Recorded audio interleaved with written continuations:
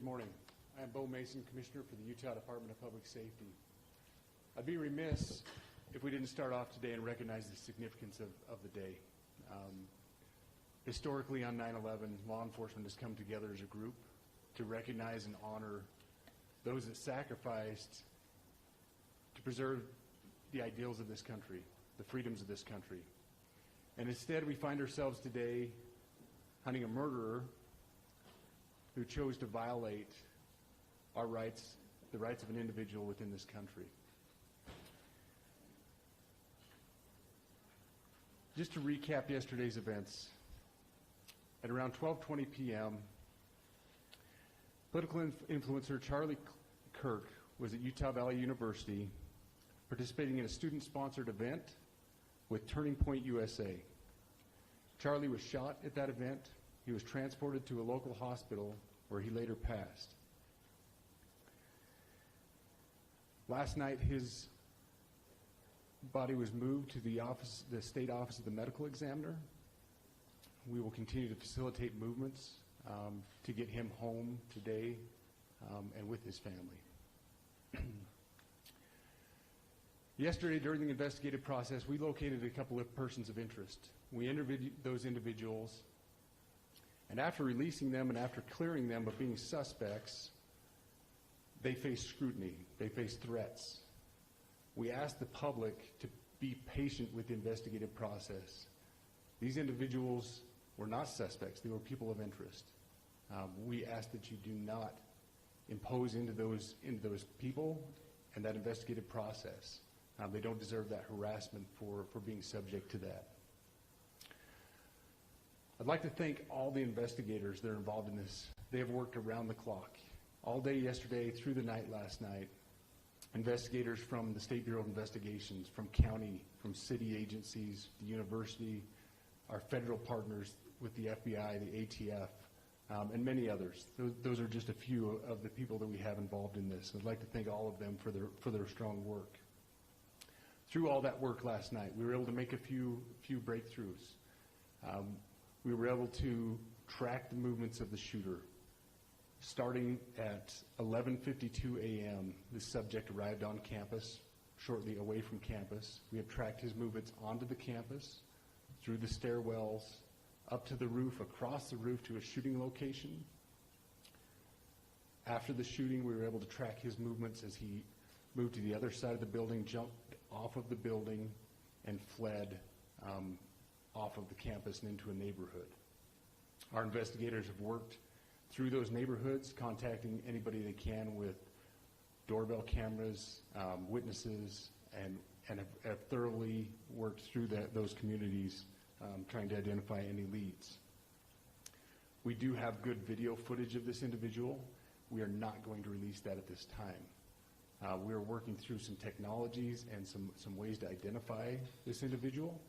If we are unsuccessful, we will reach out to you as the media and we will push that publicly to help us identify them. But we are confident in our abilities right now, and we would like to move forward in a manner that keeps everyone safe and moves this process appropriately. Last night I communicated with Erica. The family's devastated. As a Commissioner of Public Safety, as a father, as a husband, I can only imagine what that family's going through. The heinous event that happened yesterday is not Utah. This is not what we're known for. Over the past several weeks, we've seen the state come together to help families in mourning, come together as a community to show what Utah is known for a state of character, of service, of camaraderie, of a neighboring feel. We will not stand for what happened yesterday. We are exhausting every lead. We have every officer invested in this, every investigator, every local agency. The outpouring of support from the law enforcement community has been astounding.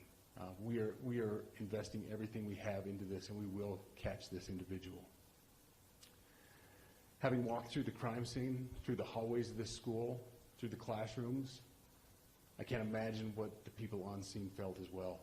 A horrific event where some of them barricaded in classrooms, some of them ran in fear.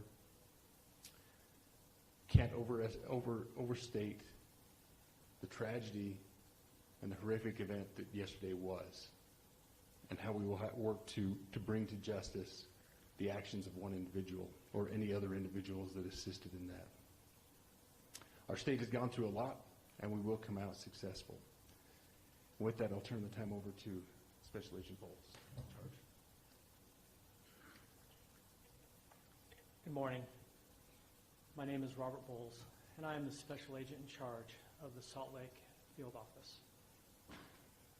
Following yesterday's tragic shooting of Charlie Kirk, FBI agents have been working around the clock in coordination with our law enforcement partners. We are and will continue to work nonstop until we find the person that has committed this heinous crime and find out why they did it. This morning I can tell you that we have recovered what we believe is the weapon that was used in yesterday's shooting. It is a high-powered bolt-action rifle. That rifle was recovered in a wooded area where the shooter had fled. So the FBI laboratory will be analyzing this weapon. Investigators have also collected footwear impression, a palm print, and forearm imprints for analysis. Now, I understand there are a lot of questions about motive.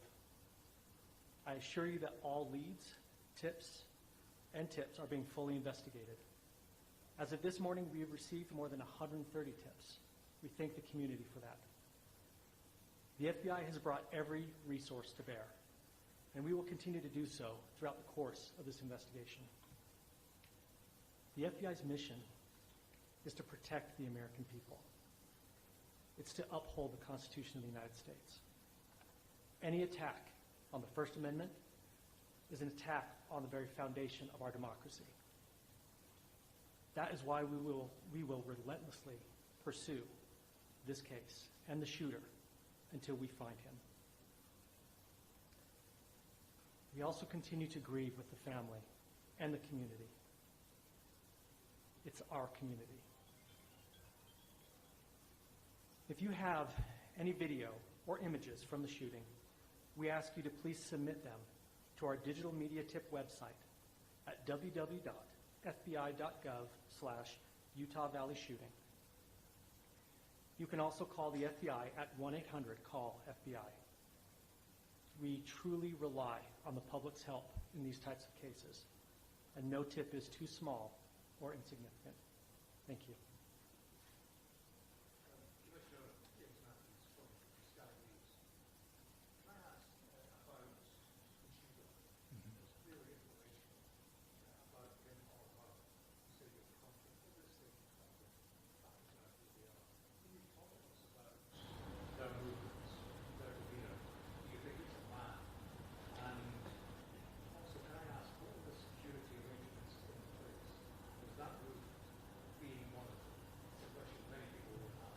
Absolutely.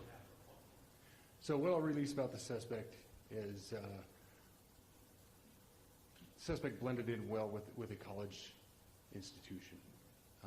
We're not releasing many details right now, and we will soon, but right now we're not. But that individual appears to be of college age. We are confident in our abilities to track that individual. If we're unsuccessful in identifying them immediately, we will reach out for the public's help and the media's help in pushing those photos. That was a new development overnight, working through the night, studying those cameras. So that's something that's new and that we're working through right now. As far as the security, I cannot speak to that. Neither the Department of Public Safety nor the Federal Bureau of Investigation was involved in the planning or security of this event, and that'll have to be a question later for other agencies.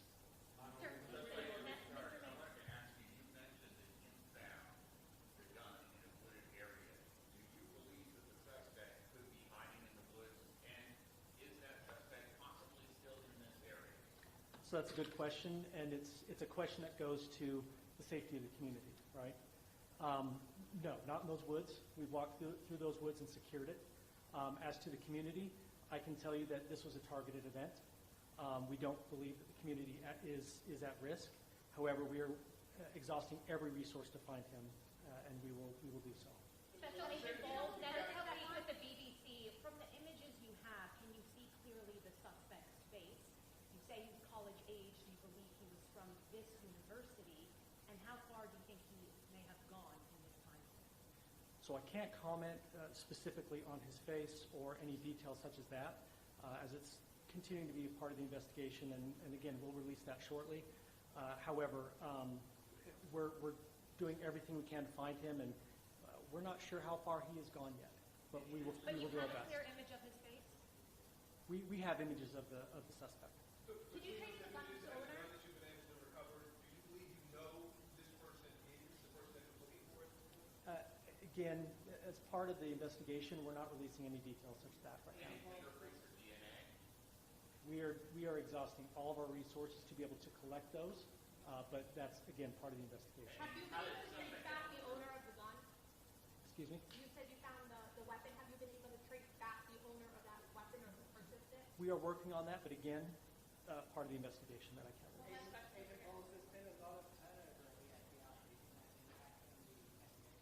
Not at all. We've got complete and total support from everyone, from the director on down, and it's been an incredible supportive environment so far.